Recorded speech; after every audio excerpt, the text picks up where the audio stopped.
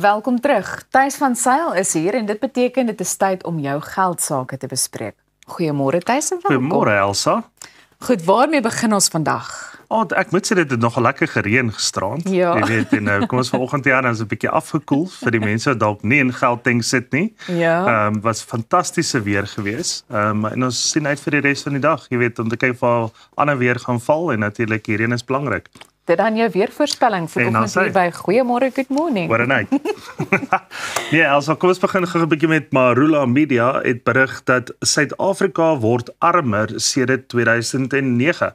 So ek dink nie dit is eintlik, jy weet, iets wat ons skok nie, maar as ons wel 'n bietjie gaan kyk na die statistieke sedert 2009, kyk ons na beplanne of eintlik dan maar op 'n average ons GDP het groei met so 1,194% en natuurlik as ons ook gaan kyk ons bevolkingsgroei het gegroei met 1,6%. Nou kom ons stop net gou daar. So dan word as ons kyk ons bevolkingsgroei sedert 2009 teenoor ons binnelandse bruto produk se groei komplementeer mekaar glad nie. En dit is ook weer eens waar ons sit met daai situasie ook van werkskepping natuurlik en natuurlik druk op die gewone verbruiker soos ek en jy en die persoon wat daar buite bykom. So byvoorbeeld by gesit word, nuwe gesinne wat groei. En natuurlik is dit 'n baie skrikwekkende statistiek as jy gaan kyk wat eintlik in die werklikheid aangaan, want ons fokus gewoonlik mos maar eintlik maar net op die bruto binnelandse produk. Okay, en dan gaan kyk ons mos maar 'n bietjie na inflasie en ons gaan kyk na rentekoers oor die algemeen, maar ek dink ja, hierdie bevolkingsgroei is vir my nogal skokkend om te sien ja, dat hulle mekaar nie komplementeer nie. En ek dink dit is nogal kommerwekkend ook as jy so daarna gaan kyk. So Suid-Afrika se binnelandse bruto produk om hierdie tipe van bevolkingsgroei te kan ondersteun, moet ten minste tussen 4 tot 5% per jaar groei.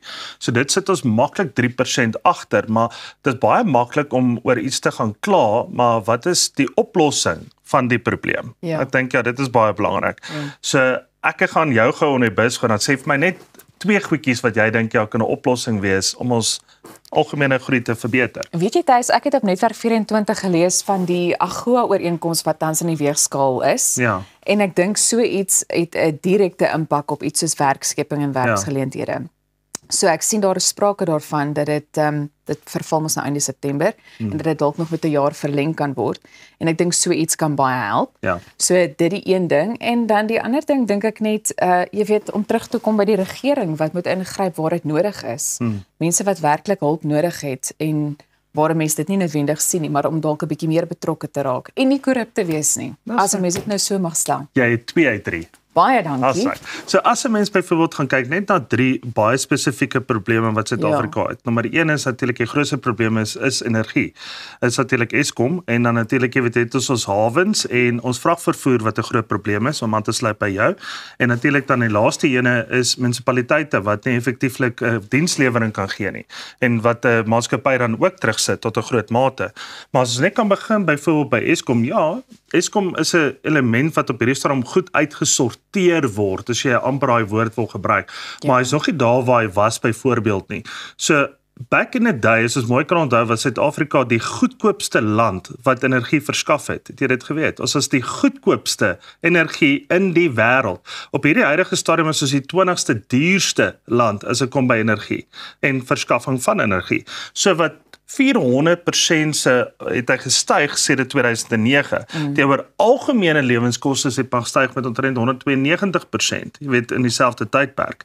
So daai goedjies sit natuurlik 'n groot druk op Suid-Afrika en die algemene ekonomie. As ons net gaan kyk in 2023 wat ons gebruik het vir beerkrag en om die ligte aan te hou, was dit amper 1/3 van ons bruto binnelandse produk. Sure. Maar dit is skrikwekkend. So met ander woorde, as jy net die krag-energieverskaffer kan uitsorteer, kan jy klaar een basispunt bysit, jy weet by die BBP. Alright.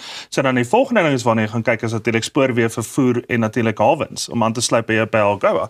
So Ek wil net vir jou vra want ek sien daar word gesê dat dit dat ons nog steeds heel onder aan die wêreldranglys is, maar dat dit wel al beter gaan met die hawens. Dink jy hulle is 'n bietjie te optimisties? Ek dink definitief so, maar weer eens daar is lig in die tonnel, want as ons weer eens gaan kyk ja Suid-Afrika is amper Afrika se baken van invoer en uitvoer. Dit was in die verlede en is veronderstel om so te bly tot die einde van dae. Ja. Want ek bedoel, dit is 'n strategiese punt, is die suiderpunt van Afrika. En as ons mooi daarna gaan kyk, jy weet ons hawens wat ons reeds het, soos byvoorbeeld in Kebega, as ons gaan kyk in Kaapstad, as ons gaan kyk byvoorbeeld in Durban, maar net in Kaapstad alleen laas jaar het ons so wat 1 miljard rand verloor net as gevolg van vrugte en groente wat net nie kon uitgevoer geword het en dit het vergaan. So met ander woorde so goed soos dit. Daai tipe van goedjies is voetfoute. As ons dan nou gaan kyk, jy weet na ons gewone spoorvervoer en natuurlik gewone vragmotorvervoer wat ons net verloor het op steenkool en ystererts alleen, gesamentlik is ons alles gekyk wat ons laas jaar verloor het, is ongeveer 100 miljard. Okay. So daai is eintlik onaanvaarbaar want daai geld was daar. Ons kon dit nie geïn het as gevolg van hierdie infrastruktuur wat nie regtig waar werk nie. So jou risiko wat jy baie kere daarso ook het is, hoekom gaan jy byvoorbeeld iets probeer red jouself as die privaat sektor se hand opsteek en sê ja, maar kom ons maak die hawens tog tot 'n groot mate weer eens gedeeltelik selfs privaat.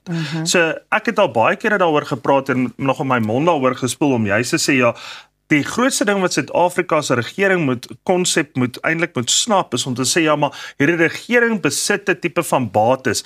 Hoekom gaan noteer ons hulle nie? Hoekom vat ons hulle nie in die privaat sektor nie? Hoekom sit ons nie byvoorbeeld dan nou bonds op hulle byvoorbeeld nie? Soos 'n government bond. Hoekom het ons nie 'n Transnet bond nie? Hoekom het ons nie Eskom bond nie? So hoekom het ons nie daai tipe van bonds wat presies net vir daai infrastruktuur sal gaan en dit komplementeer. En selfs municipality bonds, as jy so daarna gaan kyk, as daarna gaan kyk 257 munisipaliteite en slegs 34 van hulle het skoon audits ontvang. Skokkend. Ek bedoel, waar los dit op 'n ander dag mense om te sê ja, maar kyk ek die klein bietjie hare wat ek het, jy weet, ek kan niks meer uittrek nie, maar ek kan gryser word en ek dink ja definitief dit werk. So dit is hoekom my ou sê as jy na die algemene prentjie gaan kyk, is dit van selfsprekend dat Suid-Afrika word armer sedert 2009 is hartseer. Ek wil net terugbeweeg na die hele kwessie rakende krag. Iets soos groen energie, jy weet, of groen krag.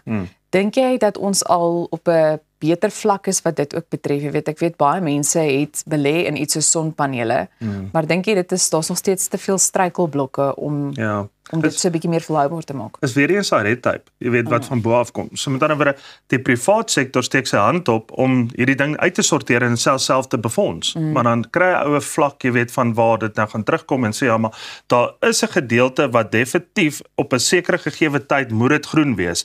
En dan is kom ons sê steenkool aanlegte nie meer welkom nie. Nie net in Suid-Afrika maar reg oor die wêreld.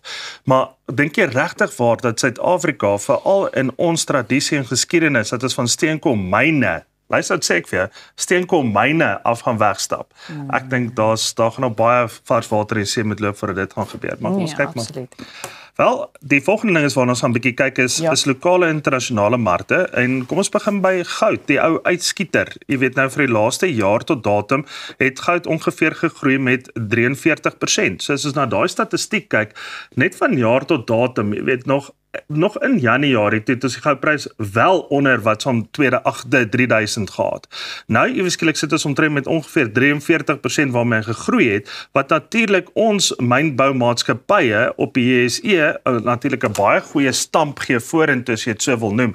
As amper 'n beter manier is om te sê dit gee dit ordentlike stamp nie. Want as ons weer eens gaan kyk, jy weet waar jou hulpbronne top 10 maatskappye het ongeveer gegroei met 112% jaar tot datum. So maar die skrikwekkende deel is van goud is, gaan goud daai $4000 mark haal, ja of nee? Ek dink in my opinie, my professionele opinie, dink ek het gaan dit definitief haal. Maar as ons weer eens gaan kyk, dis volatiliteit korttermyn faktore wat basies weet daai prys manipuleer dat hy al hoe meer en aggressiewer groei. So daar gaan 'n tydperk kom, jy weet waar daar basies jy weet dat dit nie gaan gebeur en dat hy daar basies weet sal terugwerkend weer teruggaan. So wees ook maar net versigtig as 'n ou na daai gold hunter is op hierdie stadium.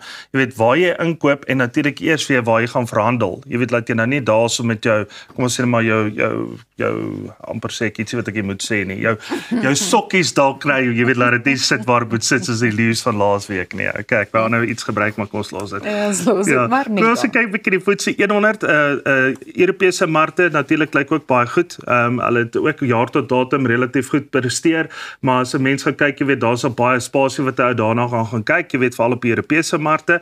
As ons dan oorbeweeg na die S&P 500, natuurlik, jy weet, daar in Amerika en die Donald Trump administrasie en alles wat saam met dit gaan, kyk ons na ongeveer so 12,9% jaar tot datum. Maar hier is die uitskieter nou, Elsa, top 40, die JSE top 40, staan ongeveer, jy weet, jaar tot datum het hy groei met 32%. Okay. So kom ons stop nou gou. S&P 500 12,9% en in die top 40 JSE 32%. Okay, hoe volhoubaar is dit op 'n einde dag? En wat is daai faktor, jy weet, wat hom druk tot daai, kom ons sê, jaar tot datum groei van 32%? Want dit is beslis nie ons ekonomie wat basies, jy weet, die vergelyking gee na wat op die JSE aangaan nie. So daar het ons die voorbeeld gemaak in die eerste storie wat ons bespreek het van Marula Media. So as ons gaan kyk, is die sentimentdrywer en natuurlik volatiliteitdrywer wat natuurlik agter staan op die top 40 se goeie prestasies. Maar weer eens is dit daarin van ja, caution. Want as ons gaan kyk, as jy byvoorbeeld nou moet intree in 'n top 40 fonds en jy koop hom aan soos wat hy nou is, so hoog is wat hy nou is ook op volume, en jy basies 6 maande later, dan kom ons sê stabiliseer die markte weer, veral die hulpbronne top 10 tipe van aandele, dan stabiliseer daai groei ook heeltemal afwaarts. En dit is natuurlik 'n baie groot risiko wat 'n klomp beleggers daar kan tref. Veral byvoorbeeld as jy gaan kyk, jy weet, inkomste draende tipe van kliënte. Ja. Maar kom ons gesels 'n bietjie Woensdag daaroor. Ja, want ek wil graag by jou weet in 'n netedop, hoe lyk beleggersvertroue? So net met 'n duimpie op af. Daar's Thys, baie dankie vir jou insette Dankie, vanoggend en ek sien uit om volgende week weer met jou te gesels. Of die week daarna of die week daarna. Goed, maar dit was dan jou geldsaake. Intussen kan jy ingeskakel bly, want net hierna gaan ons inloer by die Hangry Chef koskarretjie wat hier by ons ateljee staan. So maak seker jy bly ingeskakel daarvoor, jy is ingeskakel by. Goeiemôre, good morning. Ons is nou weer terug.